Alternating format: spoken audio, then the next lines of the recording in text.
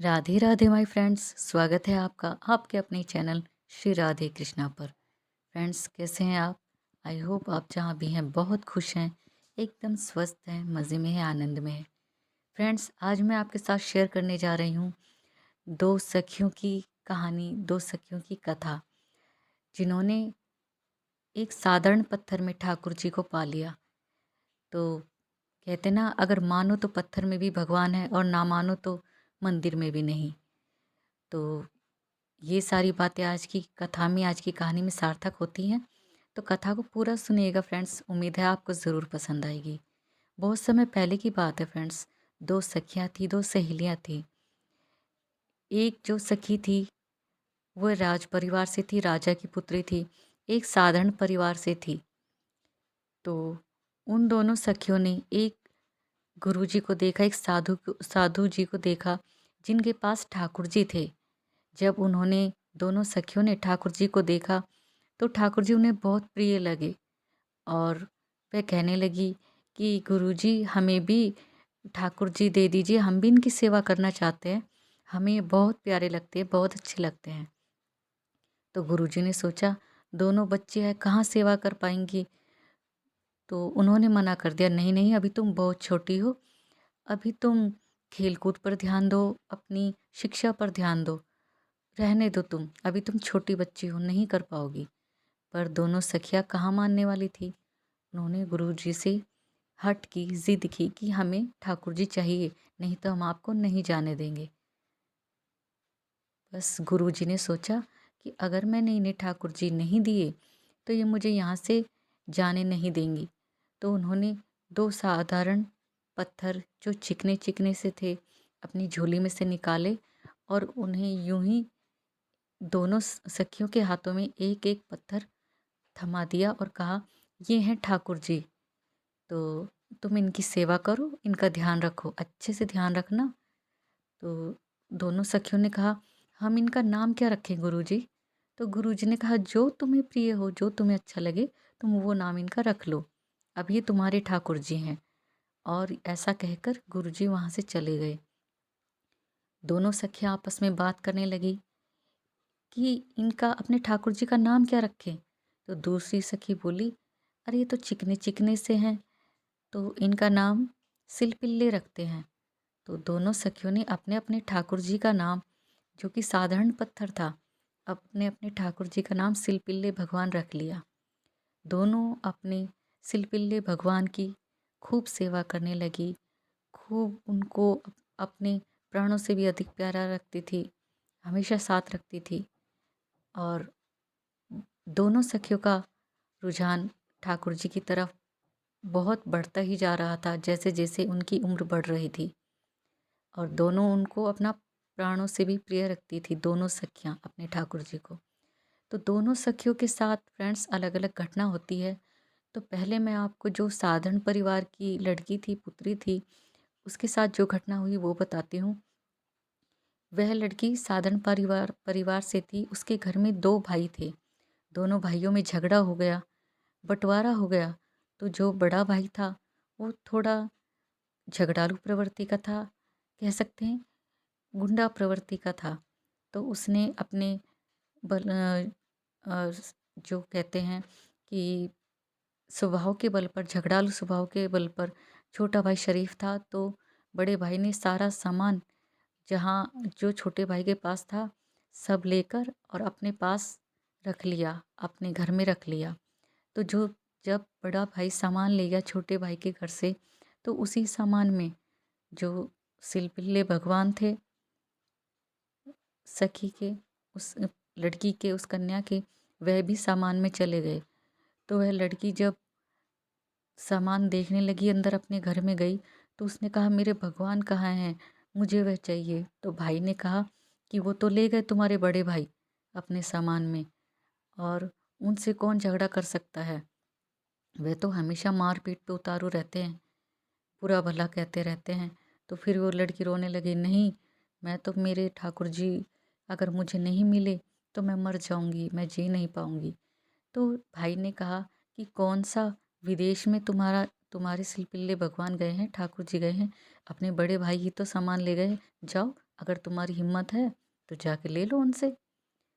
तो जो कन्या थी वह अपने बड़े भाई के पास पहुंची और कहा, देखो मुझे और कुछ नहीं चाहिए भैया, सब सामान तुम रख लो, मुझे और सामान से मतलब नहीं है, बस मुझे मेरे ठाकुर जी दे दो।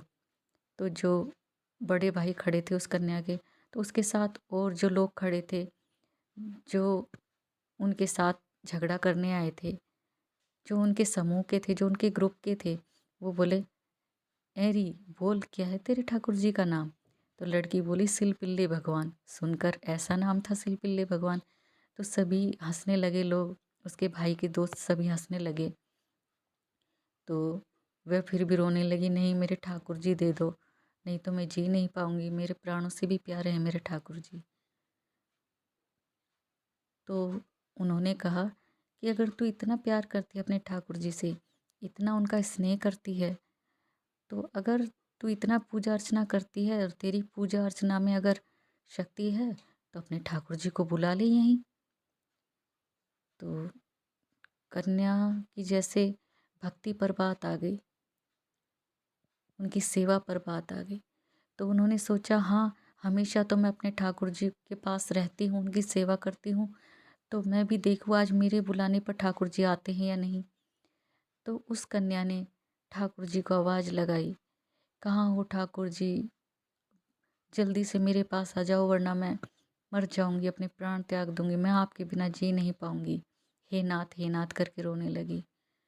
और वह जब रोने लगी तो क्या देखते हैं सभी कि अचानक अंदर से वह जो सिलपिल्ले भगवान थे, जो पत्थर थे, जिन्हें ठाकुर जी माना था उस कन्या ने, वह ठाकुर जी उड़कर उस कन्या के सीने से लग गए।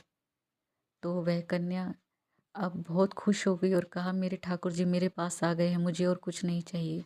और यह सब देखकर जो उसके भाई के दोस्त थे और भाई था जो, वह हाथ जोड़ने लगे, उसके चरणों में गिर गए और वह सारा सामान लेकर जो कि उन्होंने अपने छोटे भाई के घर से उठा लिया था ज़बरदस्ती शक्ति का प्रयोग करके, तो वह सारा सामान वह अपने घर के जो छोटा भाई का घर था वहाँ जाकर रख आए और कहा, इसे तुम रखो और हमें नहीं चाहिए, और हमसे कोई भूल हो गई हो तो हमें क्षमा करना। और बहन हम तुमसे क्षमा मांगते हैं, बहन के चरणों में गिरकर क्षमा मांगी, माफ़ी मांगी। तो यहाँ जो साधारण परिवार की बालिका थी, जो सखी थी, उसके साथ ये घटना हुई। जो राज परिवार की पुत्री थी, राजकन्या थी, वह भी दोनों सखियाँ क्योंकि एक साथ ही बड़ी हो गई थी, तो उसके मना करने पर भी जो उसके माता पिता थे कन्या के, उन्होंने उसका विवाह एक राजा से करवा दिया। राजा उसे अपने साथ राजमहल ले गए, अपने राज्य ले गए। वहाँ पर भी वह कन्या अपने भगवान को अपने हृदय से लगा कर रखती। तो जैसे ही वहाँ पहुँचे तो जो कन्या थी वह उसी की सेवा में लगी रहती, ठाकुर जी की सेवा में। तो एक दिन बीता, 2 दिन बीता, राजा ने जो विवाह करके लाए थे उस कन्या से, उन्होंने कुछ नहीं कहा।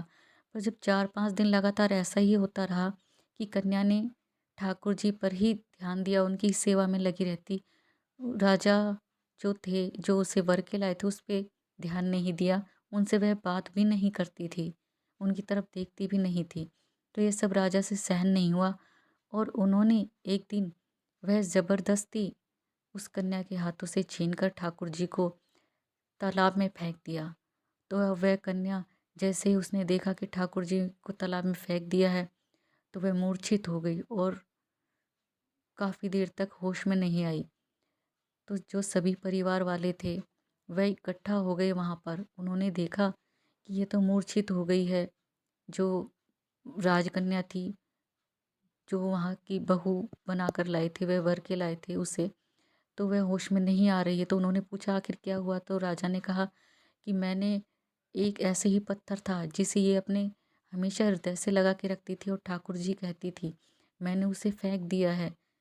तो सारे परिवार वाले कहने लगे कि नहीं, ये तो अच्छे घराने से है, राज परिवार से है, इसके जो पिता हैं वह बहुत बड़े राजा हैं, अगर उन्हें पता चला कि उनकी पुत्री को कुछ हो गया तो वह हम सबको सजा देंगे, तो ये अच्छी बात नहीं है। काफ़ी देर बाद जब वह राजकन्या होश में आई तो फिर होश में आते ही बोली, मेरे सिलपिल्ले भगवान कहाँ हैं, मेरे सिलपिल्ले भगवान कहाँ हैं, मेरे ठाकुर जी।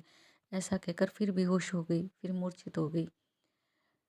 तो जब होश में आई तो राजा ने कहा, जो दूसरे राजा थे जो उससे शादी करके लाए थे, उन्होंने कहा कि अगर तुम में शक्ति है तो बुला लो अपने ठाकुर जी को। हमने तो बहुत कोशिश कर ली, तालाब में ढूंढ लिया, पर वह तुम्हारे सिलपिल्ले भगवान कहीं मिले नहीं हैं।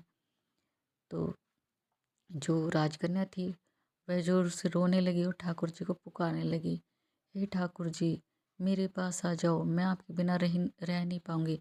अगर आपने थोड़ी देर और की आने में तो मैं इसी तालाब में कूद कर अपने प्राण त्याग दूंगी, अपनी जान दे दूंगी।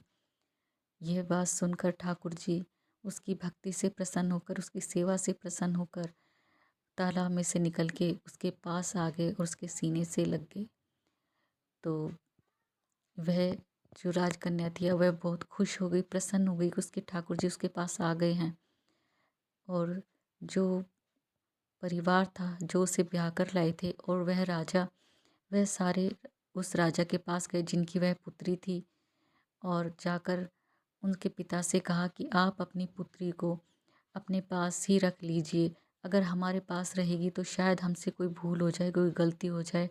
ये तो बड़ी भक्त हैं, हम क्षमा चाहते हैं।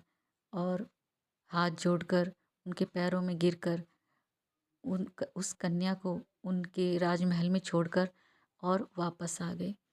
तो फ्रेंड्स, ऐसे हैं हमारे ठाकुर जी।